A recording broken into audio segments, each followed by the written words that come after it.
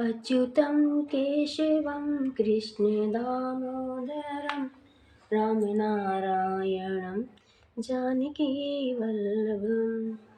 कार्तिक मास महात्म्य एवं कथा सुनने वाले सभी भक्तों को आज की कथा में हार्दिक स्वागत है। भगवान श्री कृष्ण और राधा रानी की कृपा पर सदैव बनी रहे। दोस्तों, आज है 6 नवंबर 2023 और सोमवार का दिन है। आज कार्तिक मास के कृष्ण पक्ष की 9वीं तिथि है और आज आप सुनने वाले हैं कार्तिक मास महात्म्य का 10वां अध्याय और नित्य नेम की कथा। पहले कथा की ओर चलते हैं। 2 माँ बेटी थी। वह रोजाना नित्यनेम की कहानी कहा करती थी। उसकी बेटी ने कहा, माँ मैं नित्यनेम से कहानी कहूँगी। माँ ने कहा, बेटी तेरी कहानी ससुराल में कौन सुनेगा। उसकी जिद की और नित्यनेम की कहानी कहने लगी। उसकी शादी हुई, ससुराल गई तो सबसे कहती है कि मेरी कहानी सुन लो। सभी कुछ ना कुछ बहाना बनाकर टाल देते हैं। कोई कहानी नहीं सुनता, वह भूखी रहती। एक दिन पड़ोसन बोली, मैं तेरी कहानी सुनूंगी। वह आती, कहानी सुनती, बहू खा लेती। एक दिन ननद ने अपनी माँ को कहा कि माँ भाभी पड़ोसन के कहने पर तो खाना खाती है, लेकिन हम कहते हैं तो नहीं खाती। माँ ने कहा कि उसको मना कर दे, यहाँ ना आए। उसने कहा ठीक है। लड़की ने पड़ोसन को मना कर दिया। अगले दिन से पड़ोसन नहीं आई। उसके पति ने कहा कि उसकी बेटी मना करती है तो मत जा। पति ने कहा कि उसकी माँ मना करे तब मत जाना। अगले दिन सास ने मना कर दिया तो पड़ोसन नहीं आई। बहू की कहानी किसी ने नहीं सुनी, वह भूखी रहती। ससुर ने पूछा कि बहू कैसी है तो सास ने कहा कि अच्छी है, काम काज तो कर लेती है मगर खाना नहीं खाती। ससुर ने कहा कि बड़े घर की बेटी है, काम करने की आदत नहीं है, थक जाती होगी, उससे इतना काम मत कराया करो।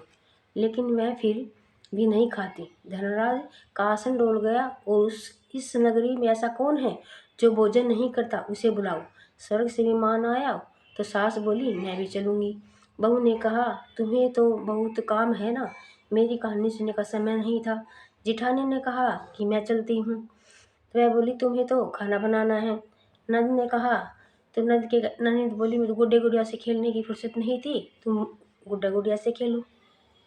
पड़ोसन बोली कि मैं चलती हूँ। तो बोली कि हाँ तुम चलो, तुमने मेरे नित्यनेम की कहानी सुनी थी, इसलिए तुम पहले और मैं बाद में। वह अपने मालिक के पास गई, बोला कि तू बड़ी भाग्यवान है जो जीते जी जा रही है। मरकर को सभी जाते हैं तो जीते जी जा रही है। यह थी नित्यनेम की कहानी। चलिए आगे रुक करते हैं महात्मा अध्याय की तरफ। आज है कार्तिक महात्मा का 10वां अध्याय। राजा पृथु ने कहा, देवऋषि आपको नमस्कार है। सब कृपा कर आप यह कहिए कि जिस समय भगवान शंकर के माथे का तेज क्षीर सागर में डालकर उस समय दया हुआ। नारद जी ने कहा, हे राजन, तब शंकर जी ने शरीर का तेज शरीर सागर में डाल दिया तो वह शीघ्र ही बालक होकर गंगा सागर के संगम पर बैठ गया। संसार को भय देने वाला रुदन करने लगा, जिसके रुदन से समस्त संसार व्याकुल हो उठा। लोकपालों के मन में भी व्याकुलता हो गई और कहने लगे, यह क्या हुआ, चराचर चलायमान हो गए। शंकर सुमन के रुदन से ब्रह्मांड व्याकुल होकर लोक पितामह ब्रह्मा जी की शरण में गए और उनसे मिल कर ब्रह्मा जी को प्रणाम किया और स्तुति की। फिर कहा, हे पितामह, यह सब बड़ा भयंकर समय आया है, इसका नाश कीजिए। देवताओं की यह बात सुनकर ब्रह्मा जी सत्यलोक से उस बालक को देखने के लिए समुद्र तट पर आए। समुद्र से ब्रह्मा जी को आता देख उन्होंने प्रणाम किया और बालक को उठाकर अपनी गोद में दे दिया। तब विस्मित होकर ब्रह्मा जी ने पूछा, सागर तुम शीघ्र बताओ, यह बालक किसका है।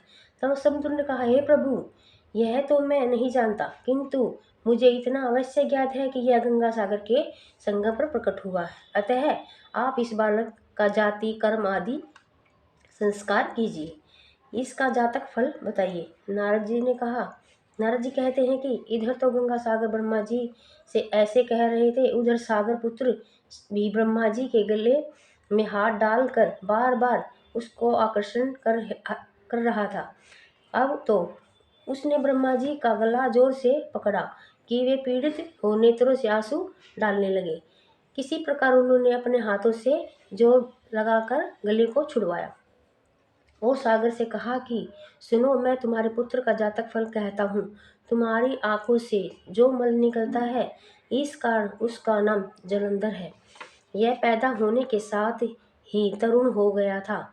इससे यह सब शास्त्रों का पारंगत, पराक्रमी, महावीर, जवान और रणदुर्गम तथा सभी दैत्यों का पारंगत और भगवान विष्णु को जीतने वाला होगा। यह कहीं भी नहीं हारेगा। एक भगवान शंकर को छोड़कर सबसे आरत रहेगा। जहाँ से यह उत्पन्न हुआ है वहीं जाएगा। इसकी पत्नी बड़ी पतिव्रता, सौभाग्यशाली, स्वर्गा सुंदरी, परम मनोहर, मृदु भाषिणी तथा शील की सागर होगी। नारद जी ने कहा कि हे राजन, सागर से यह कहकर ब्रह्मा जी ने शुक्राचार्यों को बुलाकर उस बालक का राज्याभिषेक करवा दिया। फिर अंतर्ध्यान हो गए। अब तो उस बालक को देखकर सागर बहुत ही प्रसन्न हुआ और कितने ही उपाय से उसका पालन पालन कर बड़ा किया।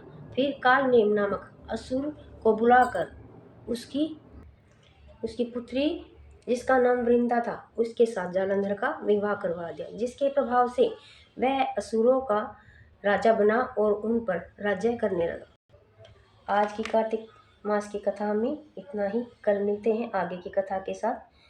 तब तक जय श्री कृष्ण, राधे राधे। तुलसी मैया की कृपा आप पर सदा बनी रहे। जय तुलसी मैया, जय पटवारी मैया।